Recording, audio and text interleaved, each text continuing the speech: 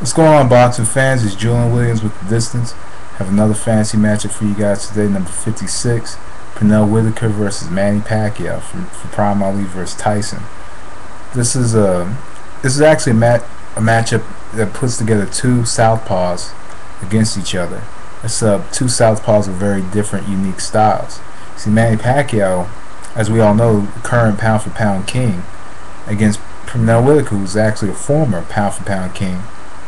See, Manny Pacquiao, as we all know, is a fighter who could keep coming forward and continue throwing a lot of shots.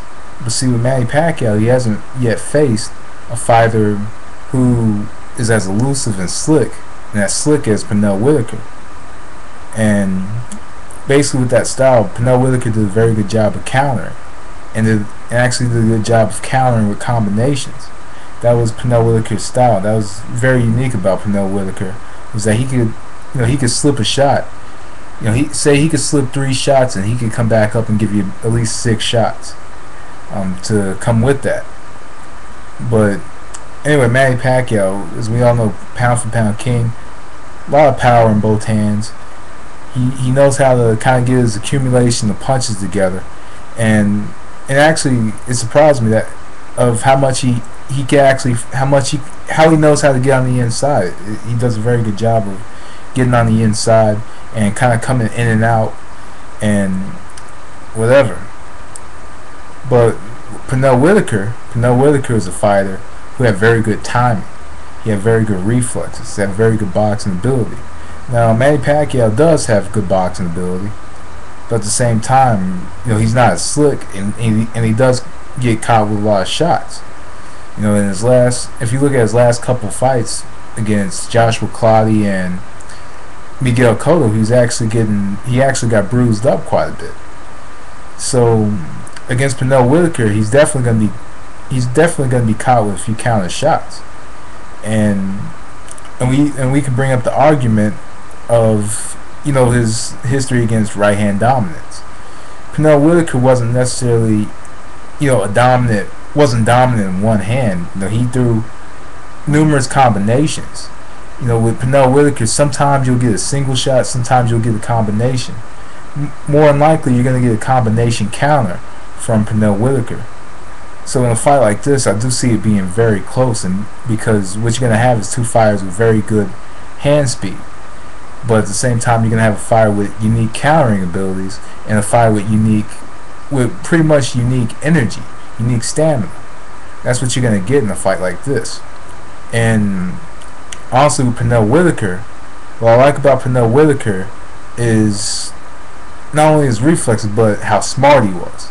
See, he knew how to get you. He knew to get you with combinations, and he knew to move right after he did the combinations. He didn't really admire his work, and Pernell Whitaker moved around the ring quite a bit, and necessarily would not give Manny Pacquiao a stationary target that he wants.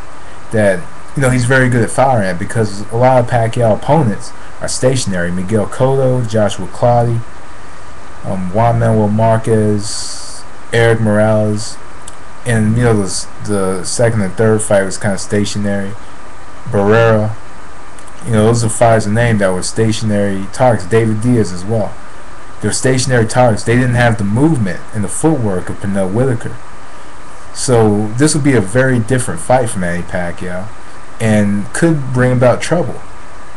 And other than that, this is another southpaw, so this could bring about a lot of trouble for Manny Pacquiao. But in this fight, I just see it being a very closely contested matchup.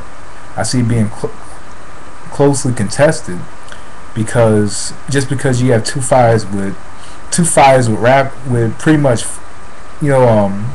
rapid fire in both hands. That's what you're gonna get in a fight like this, with two fighters who simply throw a lot of combinations. So one begins the combinations, and the other will counter with combinations. Is really what you get in this fight.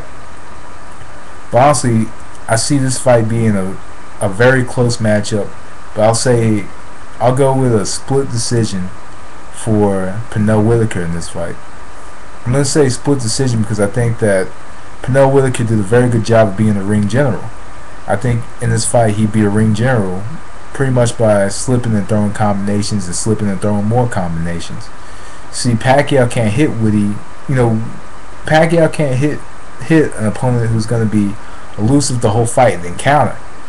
You know, he's just going to have trouble with that style. I think I see Pacquiao coming forward and throwing quite a bit. But what if you have an opponent who goes side to side or can go in and out the same way that Pacquiao can go in and out? You know, Pernell Whitaker had very good footwork and good lateral movement to give Pacquiao trouble. Not to mention angles. You know, fighting from the angular motion. Pernell Whitaker's not going to come out and attack right away, but when he gets his rhythm around 4 or 5, then it would be a totally different fight. And from rounds 1 through 4, because I think Pacquiao would probably win the first few rounds in the fight. And Pernell Whitaker, I just think, will adapt and win the fight by a very close split decision, or either that or a draw, just like the Chavez fight.